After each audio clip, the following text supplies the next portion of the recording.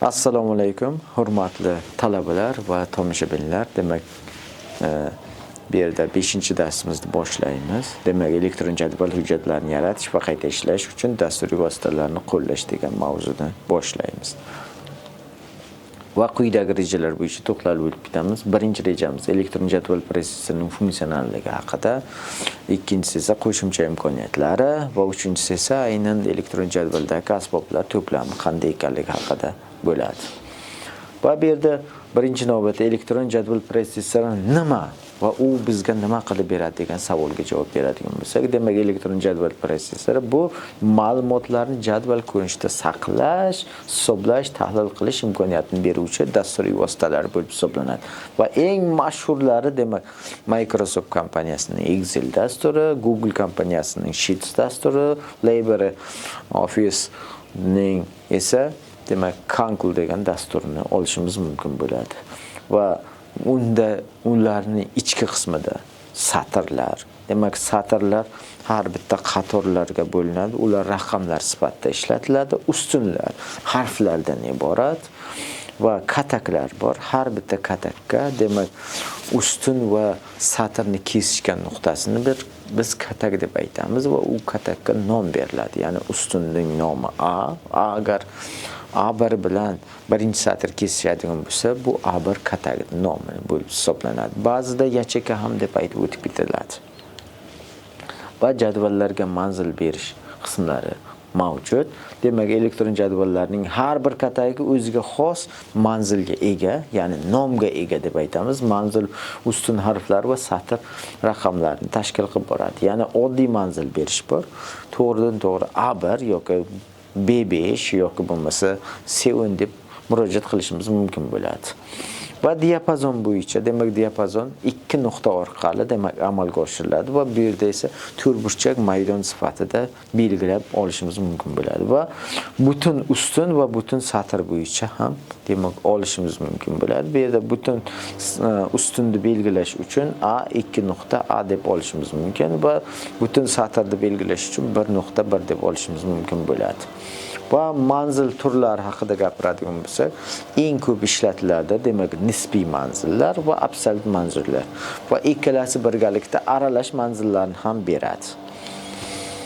Va nisbiy va absolyut manzillarga qaraydigan bo'lsak, bu yerda nisbiy manzillar ishlatiladi. Misol sifatida A1 va B1 holat kataklar sifatida ishlatadigan bo'lsak, formlarni ko'chirilganda manzil avtomatik ravishda o'zgarishini ko'rishimiz mumkin bo'ladi. Nisbiy manzillar. Misol sifatida tenglik belgisi A1 qo'shamiz B1 formulasini bir satr pastga tushirishimiz bilan demak bu to'g'ridan to'g'ri A2 plus B2 ga o'zgarib qoladi. Aynan nisbatan biror bir katakka nisbatan o'zgarishini ko'rishimiz mumkin bo'ladi. Absolyut manzil esa demak bu to'g'ridan to'g'ri dollar belgisini qo'yishimiz bilan u o'zgarmas bo'lgan manzilga keladi. Harfda oldiga dollar belgisi qo'ysak, aynan ustun bo'yicha o'zgarmasligini ko'rsatib beradi. Agarda raqamda oldiga dollar qo'yadigan bo'lsak, bu esa demak satr bo'yicha ham o'zgarmasligini olib keladi.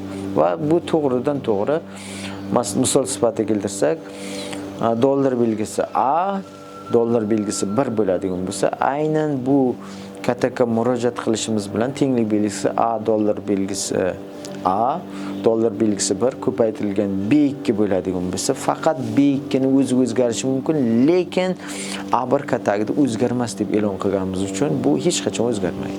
Va aralash manzillarga esa demak harfda oldiga dollar belgisi qo'yishimiz mumkin yoki bo'lmasa sonda oldiga dollar belgisini qo'yib bajarishimiz mumkin bo'ladi. Va jadvallardagi ma'lumotlar bo'yicha demak operatsiyalarni bajarishga qaraydigan bo'lsak, demak birinchi navbatda arifmetik operatsiyalar bajariladi. Bu biz bilgan qo'shish, ayirish, ko'paytirish, bo'lish, darajaga ko'tarish amallarini to'g'ridan to'g'ri bajarishimiz mumkin. Va bundan tashqari funksiyalar bilan ishlash imkoniyatimiz ham mavjud. Ya'ni summa funksiyasi, o'rtacha qiymatlarni topish, minimum, maksimum, hattoki mantiqiy funksiyalar bilan shug'ullanish imkoniyatiga ega bo'lib boramiz. Masalan, mantiqiy operatorlar ishlatiladi. Mantiqiy funksiyalar ichida tenglik belgisi, katta yoki kichik mantiqiy ifodalar ishlatiladi. Bundan tashqari and yoki or yoki not degan mantiqiy amallarni ham, so'zlarni ham ishlatishimiz mumkin bo'ladi. Va bundan tashqari, demak, matnlar bilan ishlovchi funksiyalari ham bor, ya'ni operatsiyalari ham ishlatiladi. Aynan bu yerda matnlarni birlashtirish funksiyalari, uni uzunliklarini topish, har bitta belgilar sonini topish va hokazolar sifatida ishlatishimiz mumkin bo'ladi. Aynan bu esa demak jadvaldagi har bitta kataloglarida yozilgan ma'lumotlar ustida ishlash amallarini bajarib o'tishimiz mumkin bo'ladi. Misol sifatida mana amaliy misol keltirilgan formulalar bilan ishlashimiz. Demak, asosiy mana formulalar va bu formulalar bo'yicha tavsiflar va murakkab formulalar bo'ladigan bo'lsa, mana murakkab formulalar va uni tavsiflari keltirilgan. Oladigan bo'lsak, demak, ma'lum bir diapazonda joylashgan, masalan, mana count if, ya'ni ruschasiga oladigan bo'lsak, счет если degani aynan a ustunda joylashgan ha degan bilan a degan so'zda har doim qidiradi va bu nechta ekanligini sanab beruvchi funksiya bo'lib hisoblanadi. Yoki bo'lmasa mana o'rtacha qiymatlar bizga berilgan, B1 dan B5 gacha berilgan, uni o'rtacha qiymatini bizga chiqarib beradi. Yoki bo'lmasa mana max degan, eng katta qiymatni, minimum degani esa eng kichik qiymatini bizga ko'rsatib beradi. Yoki bo'lmasa tayyor sana formatini dan matn formatiga o'tkazib beruvchi funksiya, mana text degan funksiyalari ham mavjud. Yoki yaxlitlash bo'yicha funksiyalari ham ishlatiladi aynan Excel o'zida. Va bundan tashqari natijalarni diagramma ko'rinishida ifodalash qismlari mavjud. Demak, diagrammalar bir necha turlar mavjud. Bu ustunli diagrammalar, demak, aynan qiymatlarga asosan ustunlar shaklida bizga chiqarib beradi. Va chiziqli diagrammalar bu vaqt bo'yicha o'zgarishini ko'rsatib beradi. Va keyingisida esa doiraviy diagrammalar va nuqtali diagrammalarga bo'linadi. Va diagrammalarni yaratish bosqichlariga qaraydigan bo'lsak, aynan Excelda yaratishimiz mumkin. Birinchi navbatda format va yakunlash jarayonlarida ma'lumotlarni diapazoni sifatida diagrammalarni turli xil qo'shimcha qismlarga qo'shish, elementlarni sozlash masalalarida aynan diagrammalarni yaratishni ko'rishimiz mumkin bo'ladi. Va ma'lumotlarni saralash va filtrlashga qaraydigan bo'lsak, demak, birinchi navbatda ma'lumotlar saralanadi, ma'lumotlarni tartibga solish imkoniyatini beradi. Masalan, o'sish tartibida A dan Z gacha yoki ruscha variantli interfeyslarda A dan Y gacha sarala degan qismi bor. Kichigidan kattasigacha ham saralab berish imkoniyatini beradi. Ya'ni kamayish tartibida esa eng yuqori darajadan pastga qarab, eng pastdagi darajaga qarab saralab boriladi. Va bir necha ustunlar bo'yicha saralash, rang bo'yicha ham saralash va hokazo qismlarni o'z ichiga olib ketadi. Va aynan saralashni ichiga olib ketadi. Va filtrlash amallari ham ishlatiladi. Bu to'g'ridan to'g'ri avtofiltr degan qismi orqali ham bajarishimiz mumkin. Matnlar bo'yicha filtrlashimiz mumkin, raqamlar bo'yicha, sanalar bo'yicha va kengaytirilgan filtrlar bo'yicha, demak, to'g'ridan to'g'ri filtrlashimiz mumkin bo'ladi. Misol sifatida keltiradigan bo'lsak, aynan dars jarayonlarida ikki organlarni jadvaldan ajratib olmoqchi bo'lgan jarayonlarda faqat filtrlash amallaridan foydalanib ketamiz. Baholar bo'yicha, baholardagi raqamlar bo'yicha filtrlashga keladi. Va avtomatik va shartli formatlash qismiga bo'linadi. Demak, bu jarayonlarda formatlash ma'lumotlari orqali, demak, biz jadvalimizni dizaynini va uni chiroyli ko'rinishdagi qilish imkoniyatini beradi. Ya'ni avtomatik formatlash. Ya'ni jadvalda tayyor uslublardan biz yuqoridagi stillardan biz to'g'ridan to'g'ri foydalanib ketishimiz mumkin bo'ladi. Jadvalimiz tashqi ko'rinishi chiroyli ko'rinishga o'tadi. Va shartli formatlash qismi bor. Aynan bu yerga ma'lum bir shartlar asosida formatlashimiz mumkin. Misol sifatida keltiradigan bo'lsak, aynan jadvaldagi raqamlar bo'yicha, uni ranglar bo'yicha belgilab qo'yishimiz qilishimiz mumkin bo'ladi. Masalan, 100 dan katta qiymatlarni yashil, undan pastki qiymatlarni esa qizil rangga bo'yab qo'yish imkoniyatini beradi. Aynan shartli formatlashda ichida mavjud bu qismlar va ma'lumotlar paneli qismi bor. Demak, katak ichida mini grafik ko'rinishlarda chizish imkoniyatimiz beradi. Masal sifatida demak 5 olgan bo'lsa, yashil rangli doiracha va 4 olganda sal sarg'ish qismi qo'shilgan va 3 olganda yo 2 olganda qizil doirachalar shaklida ham qilish imkoniyatiga ega bo'lib boramiz.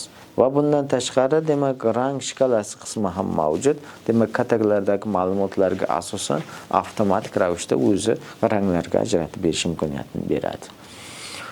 Va shartli formatlash, qo'llash qoidalari quyidagilardan iborat bo'ladi. Demak birinchisi kattaroq,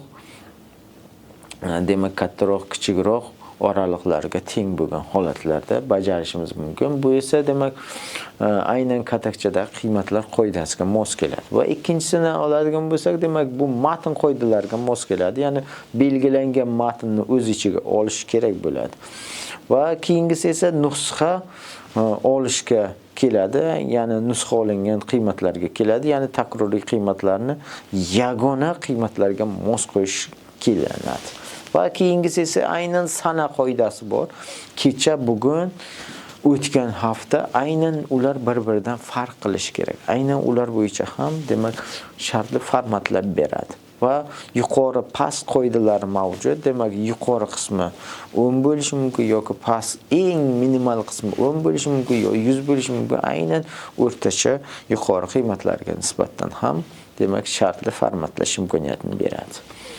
Va tashqi manbalardan ma'lumotlarni olish masalasiga keladigan bo'lsak, demak zamonaviy elektron jadval prosessorlarida turli tashqi manbalardan bog'lash imkoniyatini beradi. Ya'ni ulardagi ma'lumotlarni aynan Excelga import qilish imkoniyatini beradi. Misol sifatida keladigan bo'lsak, demak markaziy bankdagi dollar qiymatlari yoki boshqa valyutalarning qiymatlarini to'g'ridan to'g'ri Excelga import qilib olish imkoniyatiga ega bo'lib boramiz. Aynan shu jarayonda. Demak, tashqi manbalardan to'g'ridan to'g'ri veb-saytlar yoki SSV fayllari, XML, JSON fayllaridan to'g'ridan to'g'ri ma'lumotlarni olish imkoniyatini beradi.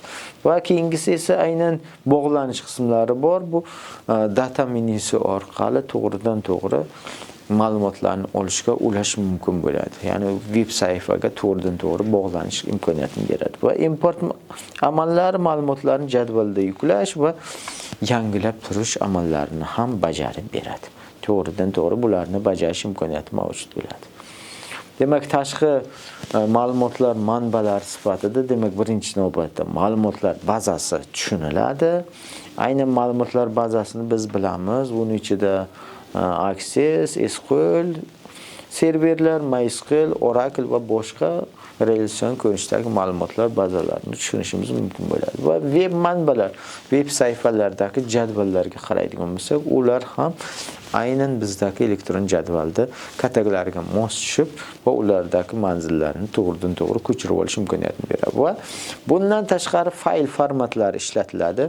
Aynan Excel tanib olishi uchun SSV degan va TX fayllar va XML, JSON fayllarni ham demak import qilish imkoniyatini beradi. Va jadvallar tuzish jarayoni demak bu yerda inglizcha variantlarda pivot table deb aytiladi, ya'ni pivot jadvallari va ruschasi сегодня tablitsa deydi. Aynan mana shunday ko'rinishdagi jadvallarni hosil qilish imkoniyatini beradi. Katta jadvaldan ma'lum bir kichik jadvallarni hosil qilish imkoniyatini beradi. Ya'ni pivot jadvallar katta hajmdagi ma'lumotlardan tezda umumlashtirib guruhlar va tahlillar qilishga mo'ljallangan kuchli vositalardan bittasi bo'lib hisoblanadi. Ya'ni satrli maydonlar bo'yicha, ustunli maydonlar bo'yicha va qiymatli maydonlar va filtrlangan maydonlar bo'yicha demak to'g'ridan to'g'ri yangi jadvalni hosil qilish imkoniyatini beradi. Va grafik obyektlarini qo'yish masalasiga keladigan bo'lsak, demak bu yerda grafik obyektlardan bittasi bu rasmlar va foto suratlar, shakllar, smart art obyektlari, word art obyektlari, ikonkalar, ya'ni kichkina bo'lgan rasmchalar va 3D modellarni ham to'g'ridan to'g'ri qo'yish imkoniyatini beradi. Bu 3D modellar bilan ishlash jarayoni 2019-yilgi ofisdan boshlab yuqori variantlarda ham ishlatilib boriladi. Va jadvallarni yaratish va qayta ishlash uchun, demak, asboblar to'plamiga qaraydigan bo'lsak, to'g'ridan to'g'ri bu bosh sahifa, ya'ni ruschasi aytadigan bo'lsak, bu главная menyusi, inglizchasi esa home degan menyusi ichidagi har bitta bo'limlarni ko'rishimiz mumkin bo'ladi va ular bilan to'g'ridan to'g'ri ishlash imkoniyatini beradi. Aynan ular formatlash, filtrlash, shrift ranglarini o'zgartirish imkoniyatini beradi. Va keyingisi esa aynan formulalar qismi bor. Aynan bu yerda funksiyalar kutubxonasi va ularning hisob kitoblari bilan bajarish bilan shug'ullanadi. Va keyingisi mana ko'rish menyulari bor. Uning ichida har xil ko'rinishdagi dizaynlarni ko'rishimiz mumkin. Ya'ni biz tashqi interfeysda har xil qulay ko'rinishga o'tkazib olishimiz mumkin bo'ladi va qo'yish degan menyu bor. Demak, bu vistavka deyiladi, insert deyiladi inglizchasiga. Aynan yerda ma'lum bir qismlarni qo'yish va keyin esa ma'lumotlar bo'limi bor. Bu yerdan esa saralash, filtrlash, ya'ni danni degan menyu bor. Aynan yerda ishlatilib boriladi. Mana shunday amallarni bajarishimiz mumkin bo'ladi. Aynan bu yerdagi menyulardagi har bitta joylashgan bo'limlari va rasmchalar bilan ifodalangan qismlari bu asboblarni beradi. Va mashhur bo'lgan elektron jadval dasturlari haqida gapiradigan bo'lsak, bu Microsoft Excel, Google hamda LibreOffice'da konsul bo'lib hisoblanadi. Va elektron jadval prosessorini imkoniyatlarini mana shunday ko'rinishda ifodalashimiz mumkin bo'ladi. Bu yerda birinchisi ma'lumotni kiritish va manzil berish qismi, tashqi ma'lumotlardan to'g'ridan to'g'ri ma'lumotlarni import qilish va formatlash ishlari, formulalar va funksiyalar bilan ishlash, diagramma va vizualizatsiya elementlarini foydalanish va saralash va filtrlash amallarini to'g'ridan to'g'ri jadvallar ustida bajarib boradi. Va xulosa qilib aytadigan bo'lsak, demak, manzil berish, diagrammalar va vizualizatsiya va saralash, filtrlash va tashqi manbalardan hamda grafik obyektlar bilan ishlash jarayonini biz qisqagina nazariya qismlari bilan tanishib o'tdik. E'tiboringiz uchun rahmat. Salomat bo'lingizlar.